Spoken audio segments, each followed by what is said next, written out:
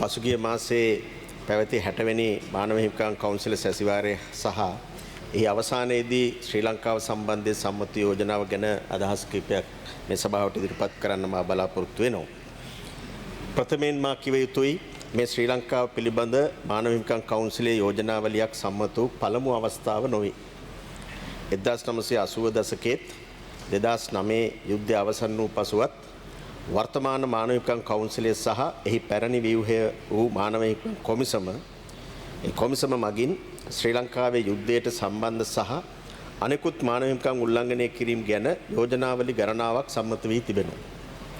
2009 සිට පමණක් ගතහොත් මේ වන විට ශ්‍රී ලංකාව ගැන සම්මත වී තිබෙන යෝජනා 11ක් 2009 2012 2013 2014 2015 2017 2019 2021 2022 2024 සහ මෙවර සම්මත යෝජනාවලි මෙම යෝජනා සඳහා ඒ කාලයන් වල සිට රජයන් විවිධ ප්‍රතිපත්ති අනුගමනය කර තිබෙනවා. ඇතැම් විටක එම රජයන් එම යෝජනාවලට සහාය පළ කර ඒවායේ හවුල්කරුවන්ද වී තිබෙනවා.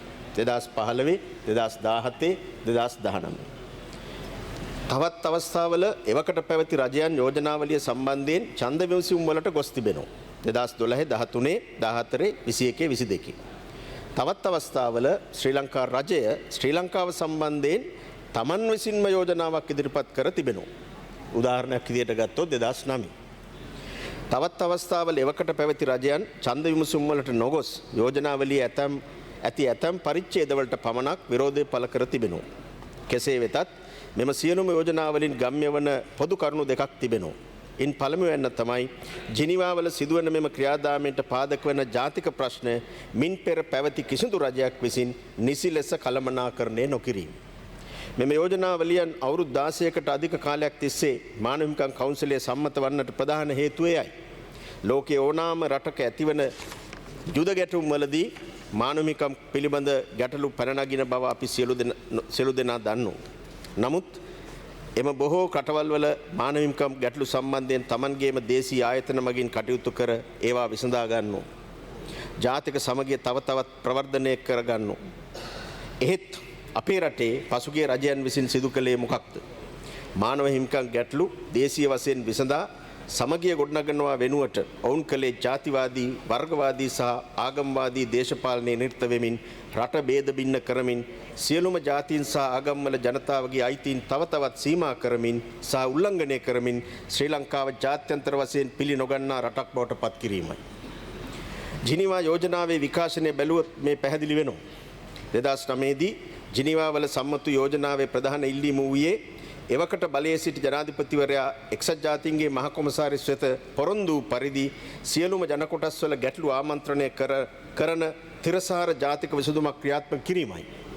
නමුත් එසේ සිදු වුණාද? නැහැ. අවුරුදු 3කට පසුවත් එම ක්‍රියාවලිය සිදු නොවූ පසු රටවල් කිහිපයක් එකතු වී ශ්‍රී ලංකාව පිළිබඳව තවත් යෝජනාවලියක් සම්මත කරගත්තා 2012 දී. මෙම 2012 යෝජනාවේ ප්‍රධාන ඉල්ලීම වූයේ එවකට පැවති රජයේ විසින්ම පත් කළ උගත් පාඩම් මහ ප්‍රතිසන්ධාන කොමිසම් සභාවේ LLRC නිර්දේශ ක්‍රියාත්මක කරන ලෙසයි. නමුත් එම නිර්දේශ අදාළ රජය විසින් ක්‍රියාත්මක කළාද? නැහැ. එසේ නොවූ තැන කවුන්සිලයේදී 2013 දී යෝජනාවලියක් සම්මත වුණා. LLRC නිර්දේශ ක්‍රියාත්මක කරන ලෙස නැවතත් ඉල්ලමින් සහ සත්‍ය සහ ප්‍රතිසන්ධානයේ සඳහා වූ ජාතික කොමිසමක් කරහා ගැටලු නිරාකරණය කරගන්නා ලෙස ඉල්ලමින් මේ දේවල් සිදු වුණාද? ඒත් නැහැ. තමන්ම පත් කළ LLRC කොමිසමේ නිර්දේශ ක්‍රියාත්මක කර ජාතික සමගිය ප්‍රවර්ධනය කරනවා වෙනුවට එවකට පැවති ආණ්ඩු සිදු කළේ පටු දේශපාලන අරමුණු වෙනුවෙන් මෙම ජාතික ප්‍රශ්න සහ ජිනීවා ක්‍රියාවලිය පාවිච්චි කිරීමයි. මානව හිමිකම් බීතිකාවක් ඇති කර 2013 දී එක්සත් ජාතීන්ගේ මානව හිමිකම් මහ කොමසාරිස් ශ්‍රී ලංකාවට පැමිණි අවස්ථාවේ තමන්ගේ ඇමතිවරුන් මගින් මහ කොමසාරිස් තුමියට විවාහ යෝජනා සිදු කිරීම බව ඔබට මතක ඇති. එහෙම ඉතිහාසයකුත් තිබුණා. දිගින් දිගටම ජනතාවගේ ප්‍රශ්න මේ විදිහට දේශපාලන පාපන්දුවක් බවට පත් කර ගනිමින් මෙම රජයන් විසින් ජාත්‍යන්තරව ශ්‍රී ලංකාව වෙත ඇති විශ්වාසනීයත්වය නැති කර ගැනීමේ ප්‍රතිඵලය කුමක්ද? ශ්‍රී ලංකාවට තමාගේම ජාතික ආයතන මගින් මානව හිමිකම් ගැටලු විසඳා ගැනීමට නොහැකි යන මතය ඇතිවීම. මේ නිසා 2021 වන විට මානව හිමිකම් කොන්සාරිස්වරයාගේ කාර්යාලය විසින් ශ්‍රී ලංකාවේ සිදුවියයි කියන උල්ලංඝනයන් සම්බන්ධයෙන් සාක්ෂි එකතු කිරීම සඳහා විශේෂ ඒකකයක් පිහිටවනවා. අපේ කියමනක් තියෙනවා නියපොත්තෙන් කඩන්න පුළුවන් දේ පොරවෙන් කපනකම් ඉන්න එපා කියලා. ඒ වගේ තමයි මේ ප්‍රශ්නේ. යුද්ධය අවසන් වූ වහාම ජාතික ක්‍රමවේදයක් මගින් ලේසියෙන් විසඳාගත හැකිව තිබූ මෙම ජිනීවා ප්‍රශ්නය පටු දේශපාලනික අරමුණු සහ අදූරදර්ශී නායකත්වය නිසා 2021 වන විට ජාත්‍යන්තරීකරණය වෙලා අවසන්. 2024 සැප්තැම්බර් මාසයේ අනුර කුමාර දිසානායක ජනාධිපතිතුමා සහ 2024 ඔක්තෝබර් මාසයේදී අපේ රජය රට බාර ගන්නා විට මෙම පරිහානිය සිදු වී අවසන්. දිළිඳුකම තුරන් කිරීම, දූෂණය පිටු දැකීම සහ එකමුතු රටක් ගොඩනැගීම සඳහා පසුගිය වසරේ මේ රටේ සියලුම ප්‍රදේශවල සහ සියලුම ජාතීන් හා ආගම්වලට අයත් ජනතාව ජනවරමක් අපට ලබා දුන්නා. මේ ජනවරම ක්‍රියාත්මක කරමින් සියලුම ජන කොටස් වලට අයත් අපගේ ජනතාවගේ අයිතීන් තහවුරු කරමින් මෙතෙක් ජාත්‍යන්තරීකරණය වී ඇති මානව හිමිකම් ක්‍රියාවලිය ජාතික තලයට කෙසේ හෝ රැගෙන විත් ශක්තිමත් සහ ස්වාධීන දේශීය ආයතන මගින් ප්‍රශ්න විසඳීමයි අපේ අරමුණ. ඒ සඳහා වැදගත් පියවර කීපයක්ම අපි දැනටවත් අරගෙන තිබෙනවා. දෙවැනි කාරණය තමයි මානව හිමිකම් කවුන්සිලයේ පවතින ව්‍යුහය හා සංවිධියට අනුව ශ්‍රී ලංකාවේ වැනි රටකට ඡන්දයක් ජයග්‍රහණය කිරීමට ඇති අභියෝගය. නිව්යෝක් වල තිබෙන එක්සත් ජාතීන්ගේ මහා මණ්ඩලයේ සෑම ස්වෛරී රාජ්‍යයකටම එක් ඡන්දයක් හිමි වෙනවා. නමුත් ජිනීවා වල තිබෙන මානව හිමිකම් කවුන්සිලයේ එසේ නොවේ. 193ක් වන එක්සත් ජාතීන්ගේ සමාජික රටවල් අතරින් මෙම කවුන්සිලයේ එක්වරකට සමාජිකයන් විය හැක්කේ රටවල් 47කට අඩු අවුරුදු 3ක කාලයක් සඳහා පමණයි. එම සමාජිකත්වය ලැබෙන්නේත් කලාපීය පදනම මත. ආසියා පැසිෆික් කලාපයට 13ක්, අප්‍රිකා 13ක්, ලතින් ඇමරිකා 8ක්, බටහිර යුරෝපා 7ක් සහ නැගෙනහිර යුරෝපා 6ක් වශයෙන්. සමහර කලාපීය කණ්ඩායම් උදාහරණයක් වශයෙන් යුරෝපය සාමූහික වශයෙන් එක්මතයක සිටින බැවින් මානව හිමිකම් කවුන්සිලයට ඉදිරිපත් කරන යෝජනාවක් පරාජයට පත්වීම ඉතා විරලයි. ශ්‍රී ලංකාව පැත්තෙන් බැලුවොත් අපේ රට සම්බන්ධ යෝජනාවක් ජයග්‍රහණය කළේ එක් අවස්ථාවක පමණයි. ඒ 2009 වසරේදී ශ්‍රී ලංකාව සම්බන්ධයෙන් අපේ රජයේම ගෙනා යෝජනාවලිය. ඉන්පසු ශ්‍රී ලංකාව සම්බන්ධයෙන් සියලු යෝජනා ඡන්ද විමසුම් වලට යොමු කළ අවස්ථාවල රජයේ මතයේ පරාජය වුණා. ඒ වගේම ශ්‍රී ලංකා රජයේ වෙනුවෙන් ලැබෙන කුඩා ඡන්ද ප්‍රමාණයද ක්‍රමක්‍රමයෙන් අඩු වී තිබෙන අතර ස්ථාවරයක් නොගන්නා රටවල් ගන්න වැඩිවීමක් සිදු වී ඇති බව පෙනෙනවා. 2012 දී අපි වෙනුවෙන් ලැබුණේ ඡන්ද 47න් 15යි. 2013 දී ඡන්ද 47න් 13යි. 2014 දී ඡන්ද 12යි. 2021 දී ඡන්ද 11යි. 2022 දී ඡන්ද 7යි. නමුත් විමතියට කරුණ වන්නේ එවකට සිට රජයන් පරාජය වන බව දැන දැනත් මෙම ඡන්ද ව්‍යාපාර සඳහා මහජන මුදල් මිලියන ගණන් වැය කිරීමයි. මැති ඇමතුරු සහ නිලධාරීන් මානව හිමිකම් කවුන්සිලයේ සමාජික රටවල් වල සංචාරය කළා. එම ඡන්ද ලබා ගැනීමට අදාළ රටවල් වලට විදාකාරී උදව්පදව් කළා. ජිනීවා වල සැසිය පැවැත්වෙන දිනවලට විශාල මැති ඇමතුරු සහ නිලධාරී කණ්ඩායම් දවස් ගණන් ස්විට්සර්ලන්තයේ සිටමින් කාලය සහ මහජන මුදල් වැය කළා. මේ සියල්ල වුන් කලේ ඡන්දේ පරාජය වෙනවා කියන යථාර්ථය දැන දැනම පුදු මාධ්‍ය සංදර්ශන මගින් රටේ ජනතාව නොමග යවීමට පමණයි. මේටත් වඩා ලොකුම ගැටලුව වන්නේ ඡන්දයක් ඉල්ලමින් අපි ගැටුම්කාරී ආකල්පයකින් කටයුතු කිරීමෙන් සිදුවන්නේ දැනට ජාත්‍යන්තරීකරණය වී ඇති මෙම ප්‍රශ්නය දේශීය තලයට ගෙනවිත් විසඳීමේ අවකාශය අහුරා දැමීමයි. ගරු කතානායකතුමනි, දැන් මම කැමති මෙවර ජිනීවා වල පැවති 60 වන මානව හිමිකම් සැසිවාරයේ වෙතුවමවන්න. 2024 ඔක්තෝබර් මාසයේ අපගේ රජයේ පිහිටුවීම පසුව මෙම වසරේ මාර්තු මාසයේ පැවැත් වූ මානව හිමිකම් කවුන්සිල් රැසසිය මම ඇමතුවා. සියලු ශ්‍රී ලාංකිකයන්ගේ ආර්ථික සහ දේශපාලන අයිතීන් රකිමින් වර්ගවාදී ආගම්වාදී දේශපාලනය ප්‍රතික්ෂේප කරමින් ජාතික සමගිය හා සංවිධාව ගොඩනැගීම සඳහා අපේම ජාතික යාන්ත්‍රණයක් මගින් ගන්නා පියවර පිළිබඳව කවුන්සිලයේ රටවල් මා දැනුවත් කළා. ඉන්පසුව මෙම වසරේ ජූනි මාසයේදී මානව හිමිකම් පිළිබඳ මහා කොමසාරිස් වෝල්කර් ටර්ක් මහතා ශ්‍රී ලංකාවේ සංචාරයක නිරත වුණා. එක්සත් ජාතීන්ගේ මානව හිමිකම් මහා කොමසාරිස්වරයෙක් මෙසේ ශ්‍රී ලංකාවට පැමිණි අවුරුදු 9කට පසුවයි. ඒ වගේම අපි රජයේ බාරගෙන අවුරුද්දක්වත් යන්නට පෙරයි රජයේ ආරාධනයට ඔහු ශ්‍රී ලංකාවට පැමිණි. මෙම සංචාරය අතරතුරදී ජනාධිපතිතුමා හා රජය, ආගමික නායකයින්, මහජනතාව, සිවිල් සමාජය, දේශපාලන පක්ෂ ඇතුළු සමාජ කොට්ටාස ගණනාවක් සමග ඔහු විවෘතව සාකච්ඡා කළා. ශ්‍රී ලංකාවේ සැබෑ තත්ත්වය පිළිබඳව ඔහු සියසින්ම දැකගත්තා. මෙම සංචාරයෙන් අනතුරුව මහ කොමසාරිස්තුමා ශ්‍රී ලංකාව පිළිබඳව ඉතා ධනාත්මක නිරීක්ෂණ සිදු කළා. ප්‍රගතිශීලී වෙනසක් පිළිබඳව ශ්‍රී ලංකා සමාජයේ පුරා ඇති ප්‍රවණතාවය ගැටලු විසඳීම සඳහා ශ්‍රී ලංකා රජයේ ඇති අව්‍යාජ විවෘතභාවය සහ දේශීය ක්‍රමවේදයක් මගින් ගැටලු විසඳා ගැනීමට ශ්‍රී ලංකාව ගෙන ඇති ආරම්භය ඔහු පැසසුමට ලක් කළා. පසුගිය සැප්තැම්බර් මාසයේ මහ කොමසාරිස්වරයා කවුන්සිලේ 60 වන සැසිවාරයට ඉදිරිපත් කළ වාර්තාවේදී මෙම ධනාත්මක අදහස් ඔහු ප්‍රකාශ කර තිබුණා. ශක්තිමත් දේශීය යාන්ත්‍රණ මගින් මානව හිමිකම් ගැටලු විසඳා ගැනීමට මෙම ඓතිහාසික අවස්ථාව භාවිතා කරන මෙන් ඔහු ශ්‍රී ලංකාවෙන් ඉල්ලා සිටියා. මෙම වාර්තාව සහ ශ්‍රී ලංකා රජය විසින් ඒට සපයන ලද පිළිතුරු මා සභාගත කරනු. ඒවා පරිශීලනය කරන ලෙස මම ඔබට ආරාධනා කරනවා. ජිනීවා යෝජනාවලිය සම්මත වීමට පෙර නිව්යෝක් කළ පැවති එක්සත් ජාතීන්ගේ මහා මණ්ඩල සැසිවාරයේ අතරතුරදීද මානව හිමිකම් කොමසාරිස්වරයා ගරු ජනාධිපතිතුමා හා මා මුණ ගැසී සාධනීය සාකච්ඡා සිදු කළා. ගරු කතානායකතුමනි, මා කලින් පැවසූ පරිදි ජාතික ගැටලු සහ ජනතාවගේ මානව හිමිකම් දේශපාලන අවස්ථාවාදී අරමුණු වලට අවුරුදු ගණනාවක් තිස්සේ යට කිරීම හේතුවෙන් 2021 වන විට ශ්‍රී ලංකාව සම්බන්ධ ජිනීවා යෝජනාවලිය ජාත්‍යන්තරීකරණය වෙලා තිබුණා. 2021 සම්මත වූ 46 ඇලයිරක් එක යෝජනාවලිය මගින් ශ්‍රී ලංකාවේ සිදුවයයි කියන උල්ලංඝනයන් සම්බන්ධයෙන් සාක්ෂි එකතු කිරීමට මහ කොමසාරිස් කාර්යාලයේ ශ්‍රී ලංකා accountability project නමින් අංශයක් පිහිටුවනු ලැබුවා. දේශීය නොවන මෙවැනි යාන්ත්‍රණ ශ්‍රී ලංකාව පිළි නොගන්නා බව මාර්තු මාසයේදීත් සැප්තැම්බර් මාසයේදීත් විදේශ ඇමති වශයෙන් මම සහ අපගේ ජිනීවා නිත්‍ය නියෝජිතවරිය ඉතා පැහැදිලිවම කවුන්සිලේ ප්‍රකාශ කළා. එසේ ජාත්‍යන්තර යාන්ත්‍රණ ප්‍රතික්ෂේප කරන අතරතුර අපගේ ප්‍රයත්නය වන්නේ දේශපාලනීකරණය නිසා ජාත්‍යන්තරීකරණයට ලක් වූ මෙම ගැටලු අපේම රටේ ස්වාධීන ක්‍රියාවලි සහ ආයතන මගින් විසඳා ගැනීම සඳහා සියලු දෙනාගේ සහාය ලබා ගැනීමයි. මේ අවුරුද්දක් වැනි කෙටි කාලයකින් නිමා කළ හැකි කාර්යයක් නොවේ. නමුත් ඒ සඳහා අඩිතාලම අපි දමමින් සිටිනවා. ඒ සඳහා අපගේ ඇති කැපවීම මානව හිමිකම් කවුන්සිලයත් පිළිගෙන තිබෙනවා.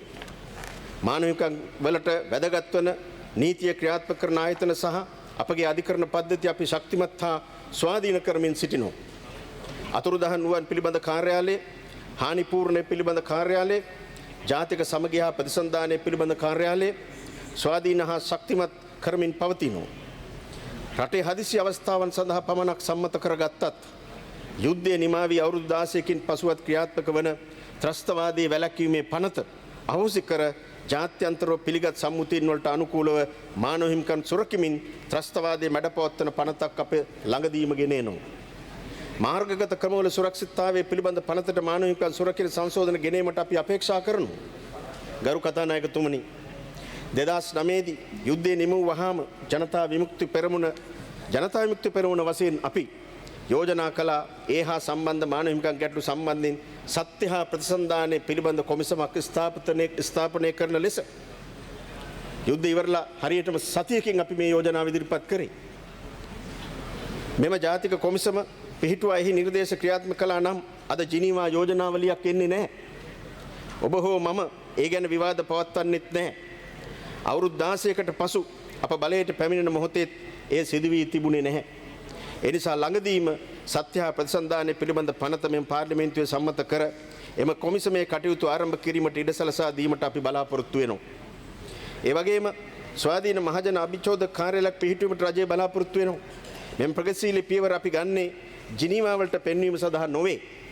වසර ගණනාවක් තිස්සේ රාජ්‍ය මර්ධනයට හා මානව හිමිකම් උල්ලංඝනයට ලක් වූ දේශපාලන ව්‍යාපාරයක් ලෙස අපට මානව හිමිකම් පිළිබඳ ඇති සැබෑ කැපවීම හා සියලුම ජන කොටස් වල වින්දිතයන් වෙනුවෙන් ඇති සැබෑ සහකම්පනය නිසායි. තවද අප මෙම පියවර ගන්නේ යුද්ධය නිමා කළ හමුදා නිලධාරීන් හෝ වෙනත් කිසිදු ජන කොට්ටාසයක් ඉලක්ක කිරීමට නොවන බව පැහැදිලිව ප්‍රකාශ කිරීමට කැමැතියි. අපේ රටේ ජනතාවගේ මානව හිමිකම් ආරක්ෂා කිරීම, නීති ආධිපත්‍ය සහතික කිරීම, සමගිය ගොඩනැගීම සහ නැවත බිහිසුණු ගැටුම් ඇතිවීම වළක්වා ගැනීම ඔබ අප සමගේම වගකීමක්. මේ අපට තනියෙන් ළඟා කර ඇති අරමුණක් නොවේ. මම දැක්කා සමහර මාධ්‍යවල පළ වෙලා තිබුණා පසුගිය 6 වෙනිදා ශ්‍රී ලංකාව පිළිබඳ යෝජනාව මානව හිමිකම් කවුන්සිලේ ඡන්දයකින් තොරව සම්මත වුණා කියලා. මගේ කතාවේ මුලදීම පැහැදිලි කළ පරිදි මානව හිමිකම් කවුන්සිලේ ඡන්දයක් ඉල්ලා සිටීම ඇත්තටම ගත්තොත් ප්‍රශ්නකාරී තත්ත්වයක් මතුවීමක්. පසුගිය රජයන් මහජන මුදල්ලා කාලයේ භාවිතා කරමින් ඡන්දේ පරාජය වෙන බව දැන දැනම සිදු කළේම ක්‍රියාවෙන් මහජන විරෝධී සංදර්ශන ලැබීම අපගේ රජයේ ප්‍රතිපත්තිය නොවේ. ඔක්තෝබර් 6 වෙනිදා මෙම යෝජනාවල ඉදිරිපත් කළ අවස්ථාවේදී අපගේ නිත්‍ය නියෝජිතවරිය මේ සම්බන්ධයෙන් ශ්‍රී ලංකාවේ ස්ථාවරයේ පැහැදිලිව ඉදිරිපත් කළා. සැප්තැම්බර් 8 වෙනිදා ශ්‍රී ලංකාව පිළිබඳ සංවාදයේදී මා විසින් කළ කතාව සහ ඔක්තෝබර් 6 වෙනිදා ජිනීවා නිත්‍ය නියෝජිතවරිය යෝජනාවලිය ගැන සිදු කර ප්‍රකාශයත් මම සභාගත කරනවා. 6 වෙනිදා ඉදිරිපත් කළ යෝජනාවලියේ මීට පෙර ශ්‍රී ලංකාව සම්බන්ධයෙන් ඉදිරිපත් වූ යෝජනාවලියන් සමග සසඳන විට ධනාත්මක ලක්ෂණ ගණනාවක් තිබුණා. ශ්‍රී ලංකාවේ සිදු වී ඇති ප්‍රජාතන්ත්‍රවාදී පරිවර්තනය, ආර්ථික අර්බුදය විසඳා ගැනීමට ගෙන ඇති පියවර, දූෂණය පිටුදකීම හා මානව හිමිකම් සුරැකීම මෙන්ම සංහිඳියාව සඳහා ආරම්භ කර ඇති ජාතික වැඩපිළිවෙල එහි ප්‍රශංසාවට ලක් කර තිබෙනවා. දේශීය ආයතන මගින් ගැටලු විසඳා ගැනීමට එහි අවකාශය ලබා දී තිබෙනවා. ඒ වගේම මෙම යෝජනාව 2021 යෝජනාවේ දිගුවක් වන නිසා එහි අවසන් පරිච්ඡේදයේ මගින් ශ්‍රී ලංකා accountability project එකේ කාර්ය පවත්වාගෙන යාමට අනුමැතිය ලැබී තිබෙනවා. මේ පහුගිය සැප්තැම්බර් මාස ඉදිරිපත් වෙච්ච යෝජනාව 2021 ඉදිරිපත් යෝජනාවේ දිගුවක් කරු කතානායකතුමනි. මා කලින් සඳහන් කළ ආකාරයට මෙම accountability project එක දේශීය යාන්ත්‍රණයක් නොවන බැවින් අපේ රජය එය ප්‍රතික්ෂේප කරනවා. මේ බව ඉතා තදින් අපි 6 වෙනිදා මෙම යෝජනාව සාකච්ඡා කරන අවස්ථාවේ කළ ප්‍රකාශය නවධාරණය කළා. එමගින් සිදුවන්නේ බෙදීම් තීව්‍ර වීම සහ රජය ආරම්භ කර ඇති වැඩපිළිවෙළවල් අඩාල වීම බව අපි පෙන්වා දුන්නා. රජය ආරම්භ කර තිබෙන දේශීය වැඩපිළිවෙළ සහ ඒ සඳහා මානව හිමිකම් කවුන්සිලේ රටවල් වලට ඇති වෙමින් තිබෙන විශ්වාසනීයත්වය පදනම් කරගෙන 2021 ස්ථාපිත කළ මෙම accountability project එක අවසන් කර අපේ ප්‍රශ්න අපටම විසඳාගත හැකි තත්ත්වයක් නුදුරේදීම ඇති කරගත හැකි බව අපි තරයේ විශ්වාස කරනවා. 6 වෙනිදා සාකච්ඡාවේදී යෝජනාව ඉදිරිපත් කළ රටවල් කණ්ඩායම් වෙනුවෙන් අදහස් දැක්වූ එක්සත් රාජධානියේ සිදු කළ ප්‍රකාශයෙන්ද රජයේ විසින් අත්කරගෙන තිබෙන දැවැන්ත ප්‍රගතිය පිළිබඳව ප්‍රශංසාවට ලක් කිරීමෙන් මෙය පැහැදිලි වෙනවා. එම කණ්ඩායමට අමතරව ලෝකයේ විවිධ කලාප නියෝජනය කරමින් චීනය, බංග්ලාදේශය, මාලදිවයින, කියුබාව, ජපානය, දකුණු කොරියාව, යුරෝපා සංගමය, ඉතියෝපියාව, කොස්ටරිකා රාජ්‍ය ඇතුළු කවුන්සිලයේ සමාජිකත්වයේ දරන රටවල් ගණනාවක් ශ්‍රී ලංකාවේ මානවිකම් පිළිබඳ ප්‍රගතිය පසසමින් ප්‍රකාශ සිදු කළා. තවද සැප්තැම්බර් 8 වෙනිදා ශ්‍රී ලංකාව සම්බන්ධයෙන් පැවැත් වූ සංවාදයේදී රටවල් 43ක් පමණ අදහස් ප්‍රකාශ කළ අතර ඔවුන් සියල්ලම පහේ දේශීය ක්‍රියාවලිය තුලින් රජයේ ගෙන ඇති පියවර අගය කළා. අපේ රජයේ අරමුණ වන්නේ අපේම ජනතාවගේ මානව හිමිකම් දේශපාලනය කරමින් ජිනීවා යක්ෂයෙක් හෝ ජිනීවා දෙවියෙක් මවාපාමින් පටු දේශපාලන අරමුණු ඉටු කර ගැනීම නොවේ. ගරු කතානායකතුමනි, අපේම ජනතාවගේ මානව හිමිකම් ආරක්ෂා කිරීම අපි මෙම ගරු සභාවේ විවාදයට ලක් යුතු දෙයක් නෙවෙයි. එම අයිතීන් සුරක්ෂිත කිරීම මහජන නියෝජිතයන් වන අපගේ පරම යුතුයකම හා වගකීමයි. ඒට ඔබ සියලු දෙනා එකඟ වනු ඇතයි මම හිතනවා. ගරුකත් ජනාධිපතිතුමා ප්‍රකාශ කර ඇති ආකාරයට සියලුම ශ්‍රී ලාංකිකයන් එකමුතුව නිදහසේ ජීවත් වන සාමකාමී සෞභාග්‍යමත් රටක් පිළිබඳ අපට සිහිනයක් තිබෙනවා.